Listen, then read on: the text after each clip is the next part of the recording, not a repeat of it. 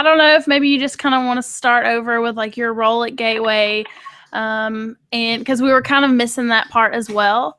So if you just want to start with that and maybe kind of go into your role with helping your worship leaders and your songwriters and your artists. Yeah. So my role at Gateway Church is Executive Director of Gateway Create Publishing. And that's the arm of Gateway Church that helps us take our books, music, media, and the message of the church to the world through products and resources. For about 10 years, Gateway's had a real calling to equip other leaders and churches with what God's blessed us with. And again, not to say we know it better than others. Right. It's just that God's given us certain ways of doing things, maybe even some philosophy and rationale behind how we do ministry. Yep. And so we like to put those into resources to help other churches. I've been in this role about 2 years, and we have a small team here that carries those books and music and products to completion. You had asked the question about songwriters and how I relate to the songwriters within the church. Obviously, we want our songs to first and foremost bless our church here, the people who attend Gateway Church every week. Yep. But we also want those songs to be used by other churches that follow us in some way, whether it's they need the resources we provide, or they like the way we do ministry, or they like our songs. And we like to continue supplying them with songs that they'll use in their services. My role with the songwriters is really a sounding board, a refining point. A lot of times our songwriters may have an idea in their heart or an idea that's in process. They'll run it by me and say, what do you think? And I'll say, yeah, that's one definitely finished. We'll often pair them with another writer, either at Gateway or even outside of Gateway, to complete that song. And as it often goes, creative people need a deadline to be productive. And so we schedule several projects through the year, and we do call-outs for those songs. And people will start submitting, a frenzy or a flurry of songs in anticipation of those projects. And some of them are meant to serve our entire church through maybe a devotional CD. Others might be more aimed at Gateway Worship, the artist, or as the brand that we carry out to the world. Others, like we've just done, carry some of our artist voices out through events and through ministries that are part of the church. That's awesome. So I'm really curious, and I think other worship leaders might be too, what it's like for you to relate to the songwriter or the worship leader for like a Sunday morning set list, because you have these writers and they're writing these songs for your church.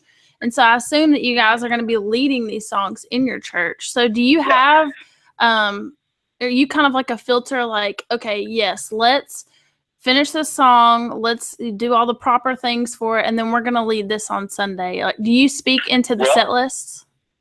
I can, but honestly, I choose not to often. And here's why. I feel like our campus pastors and our worship pastors should make decisions on songs based on what's going to meet the need of that particular Sunday morning. Now, there's another pastor, Pastor Mark Harris, who actually oversees the worship pastors of the different campuses and the church. And we want to make sure that the songs we select are meeting the needs of that morning and that service and the people attending. But we also try to bring as many Gateway songs into the set list as possible. So I serve as more of an introductory point. I might tell Pastor Mark or Pastor Zach Neese or whomever is leading at a particular campus, hey, this is a song I really feel we need to be introducing soon. Now, they don't have to take that as the word, but they can take that as a high recommendation. I try to separate myself from the weekly worship because I want to make sure I'm exporting the very best of what we have to offer. And you can only find that out if the songs are introduced through a pastoral and a leadership process. Right. So what's the process like for you getting the songs that these writers have created out into other churches? Well, there's a variety of ways. Obviously, it almost goes without saying that we have, social media followers, and we have quite a good presence on Facebook. In particular, Instagram's growing, and Twitter. That's one way we can stream certain songs. Our live broadcasts actually are a great way. We have about, in addition to the 35 or 37,000 people that attend here, we also have about 10,000 that watch every weekend. Wow. Remotely. Mm-hmm. And so we find that a lot of people are asking us about songs they had heard on the weekend broadcast or the rebroadcast. And we also have a television program that takes songs out. But beyond those immediate weekly platforms and social media platforms, we also have partnerships, like with Integrity Music and We Are Worship, mm-hmm. With other labels and services that we take advantage of. We know we can't do it alone. It takes a lot of different people touching the content and taking it out to all the different platforms that exist out there. And many worship leaders would discover our music on the sites they go to all the time to find music and resources. But that doesn't replace, of course, what we do on a weekly basis here, which has a good reach. Right. So how do you approach one of your writers or one of your artists come up and say, hey, Craig, I have this song and I think it's a great song. I need you to listen to it and I really want to lead it in church. I think it's ready. But you listen to it and you're like, I'm just going to give you a few pieces of advice, maybe change this and that. I don't know that it's ready to lead on Sunday. Do you ever encounter that? And if you do, how do you go about that? Yeah. Most songs that come our way are not finished in their first round. That it's just one line or one melody line. It may be that the bridge is not finished. Sometimes the song's just not there. And what I've learned to do is encourage the writers in their strengths, but also be honest with them when something isn't worth their effort.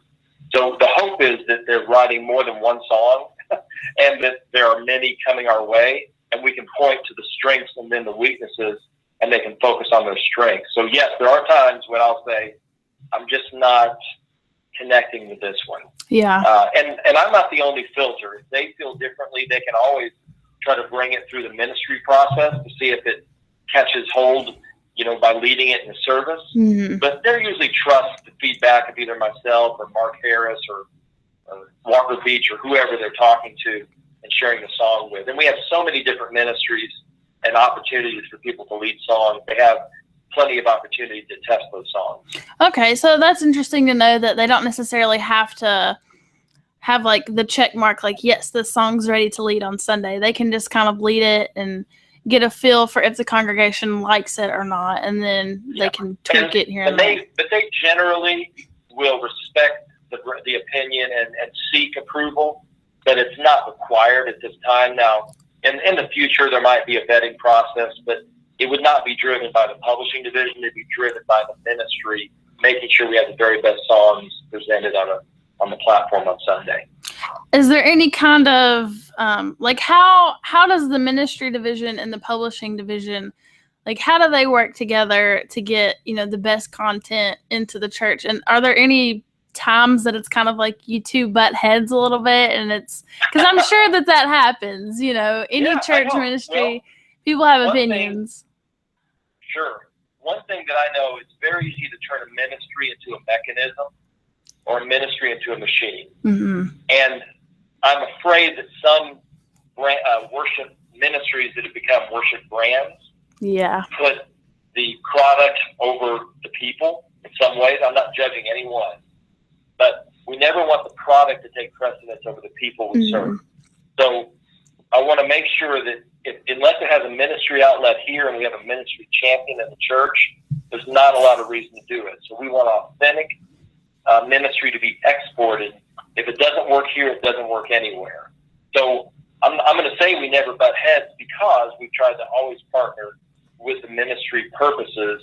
And if we can bring something of a higher quality or a better production standard or better songwriting through our partnership, then we feel like we've done our job. Yeah, that's awesome. So talking about taking your church songs out into the world and pushing those out, we mentioned social media is a really good way to do that. How important is it to register your songs, to get a CCLI number? What's the importance of that to you? Well, it's only important if you feel like there's going to be a large number of people accessing that material, because there's a lot involved in getting affiliated either as a publishing company or as an individual to some of these organizations. It's not that they want to restrict you. It's a process, and they, because of their huge workload, have to really be careful how many they let through the gate because they only have so much time. So you have to be fairly confident that it's going to be accessed by a large number of people outside of your own congregation.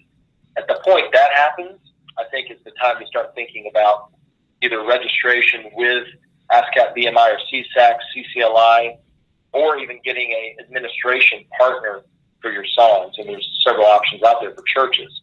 But I would say until you know there's dozens or hundreds of other churches accessing your material online or through social media and adopting those songs, there's not a lot of reason to go through that process because it is an involved process, and there'll be some expense to the church in making that happen.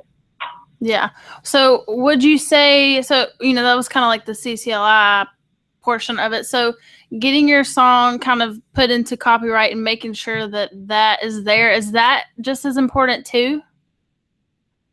Well, copyright registration is, without going into a lot of detail, is a technicality for copyright protection. Copyright protection is afforded the song once it's been fixed in a tangible form. And then when it's a published work, it just changes the way you credit that song. Copyright registration, again, is only a technicality. And I would say you do it at the point you're going to launch a project with a definitive recording that you can then register with the Library of Congress. And again, it's optional, but it's a good practice to go through. But only at the point you feel you're going to get a definitive recorded version, you're going to spread out pretty far. Gotcha.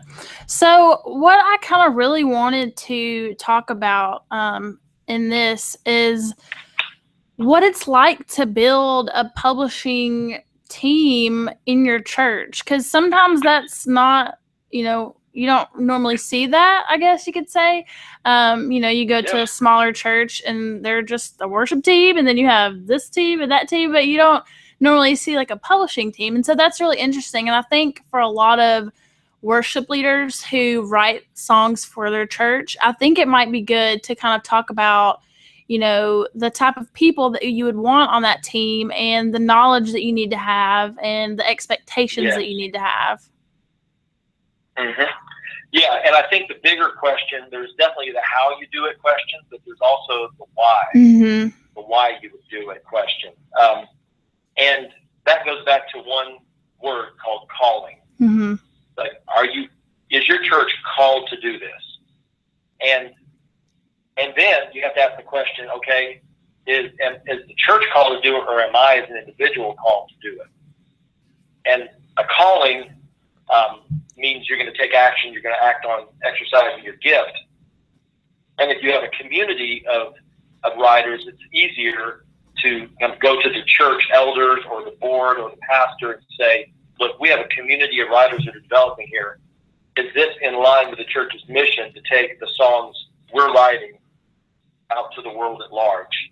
And then if that lines up, then you've got to make some kind of commitment, because, again, to build a publishing operation or a publishing philosophy or process in your church takes some commitment. It doesn't mean you have to have a publishing division, but it does mean you have to have some processes in place to put those songs out. And that means, on the next level, what kind of copyright policy do you have in your church? How do you relate to the songwriters? Does the church own the songs or administer the songs? Does the church co-own the songs? Does the church just license the songs from the writers? So there's a lot of layers to this, and I get to consult for other large churches on a limited basis, and it always comes down to these four questions. Are you called? Is it more than just one person? I mean, is there a community of writers that you're cultivating, you're encouraging? What's the commitment of resources from the church to either do recordings or take these songs out beyond the walls of the church?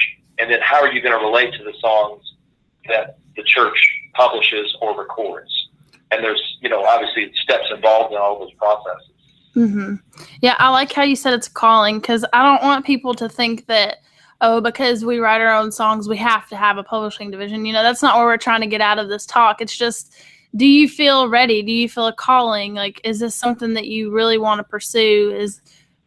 taking your church songs and expanding, their life beyond just your church. So I like that.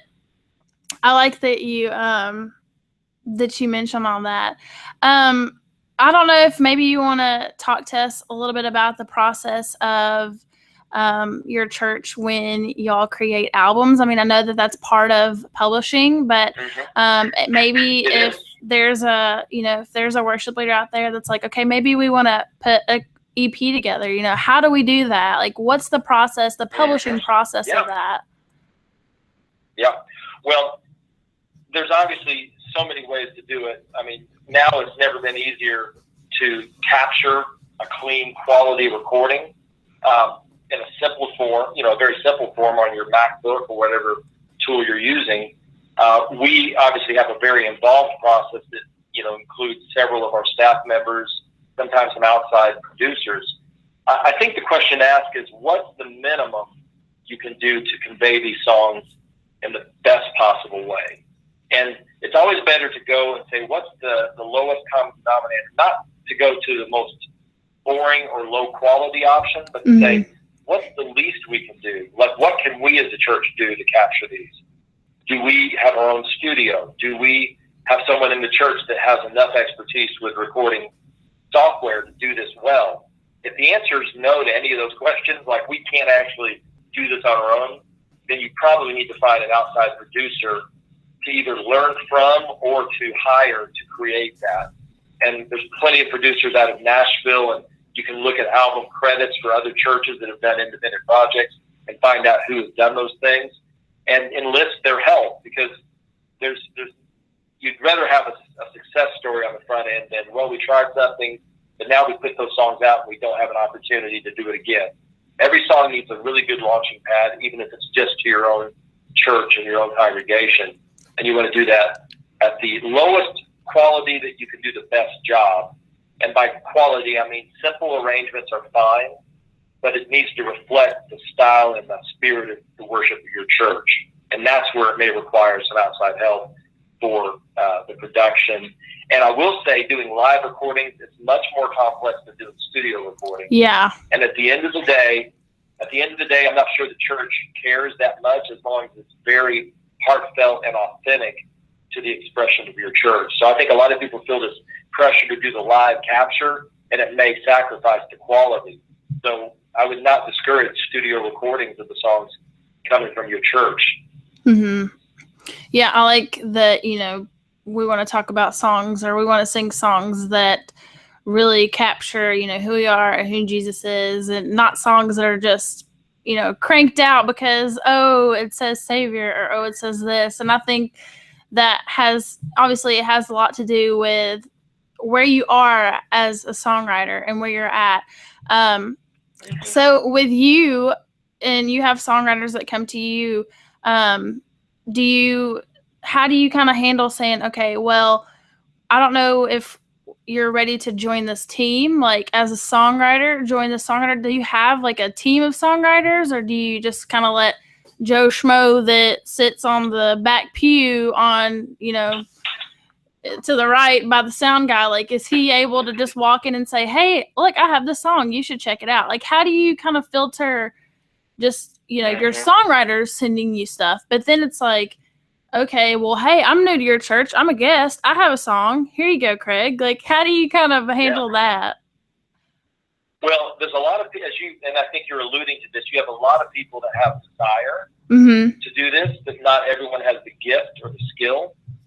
So we probably have a process we go through where we know who over time has demonstrated a consistent gifting or has had a continued success as a songwriter.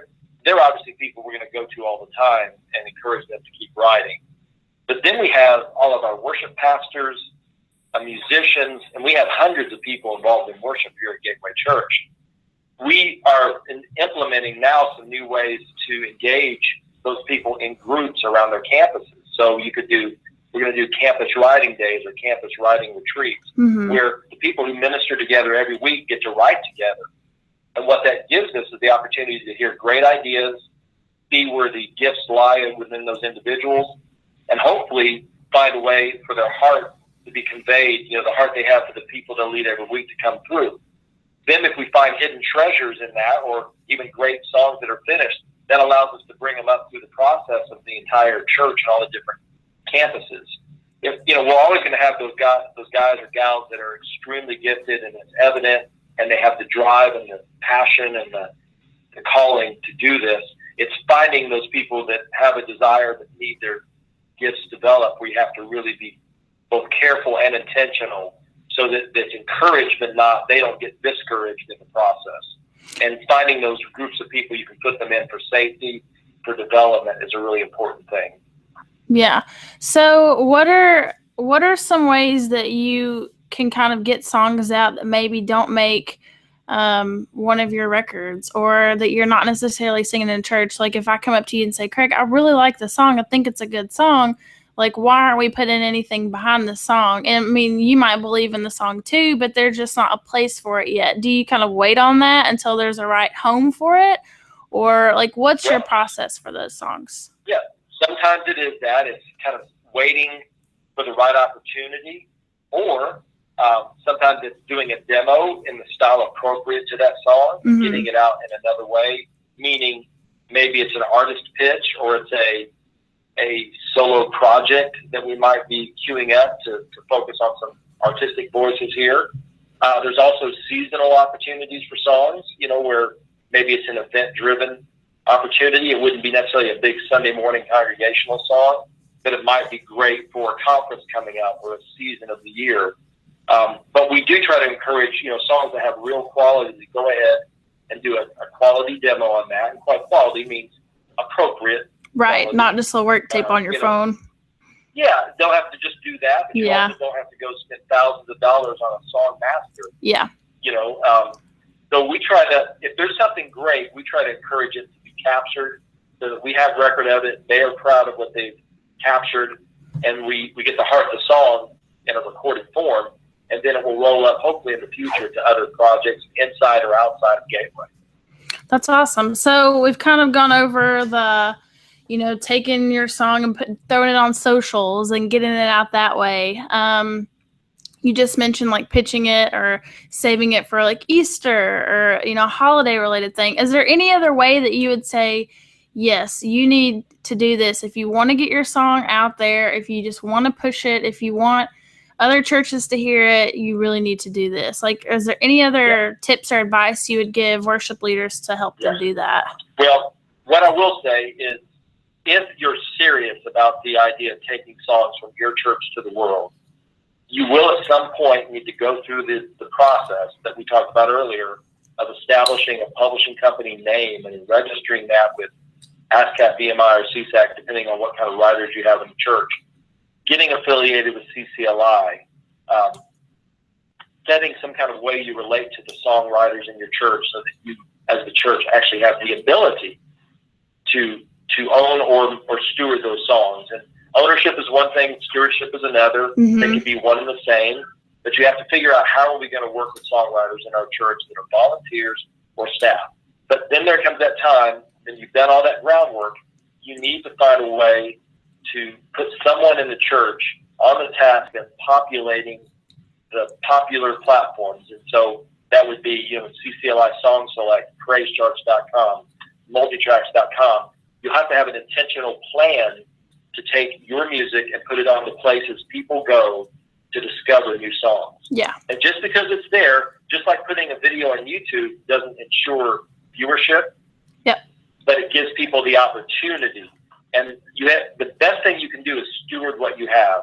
You can't guarantee success. Only God can do that. But you can guarantee that you've done all you can do to put the songs out in the places where people go to search for and find new songs. And I think there's a lot behind that process, but just knowing that there is something you have to plan for, and know that there will be a time when you have to commit someone's efforts or part of their efforts to that process.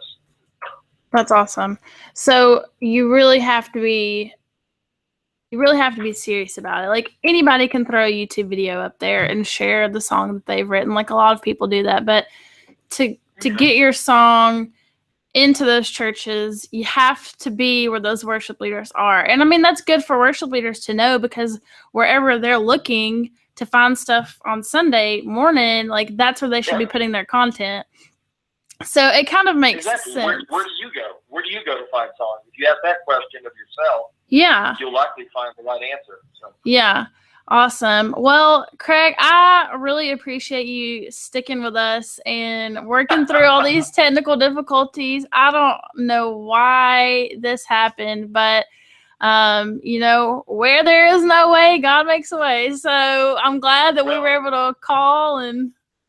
Yeah, I hope that people can hear, you know, what was said, and certainly if they have questions, they can message We Are Worship or me, and we will get their questions answered for sure. Yeah. So if people wanted to reach you, do you have like socials that they can message you on, Twitter? Yeah. So there's definitely the the Gateway Worship social media platform. You could also find me on Facebook or Twitter very easily, Craig Dunnagan. Okay. Dunnagan. And, you know, the simple questions are easy to answer quickly. Yeah. Other more involved things like, you know, we want to start a publishing company. How do we do it now? It may take a little more, you know, run up in conversation. But certainly if this piqued anybody's interest, I'd be happy to help them further. Awesome. Well, I, again, really appreciate you hanging out and, you know, just trekking through this, as us Southerners would say. So thank you for that. And for those of you watching, next week we'll be here, same place, same time, June 1st, and we're going to be talking to Keith Everett Smith about leading your team into vulnerable worship through effective rehearsals. So that should be interesting. And if you have a We Are Worship account, you can go on our page and you'll see a button that says Song Share. Click on that.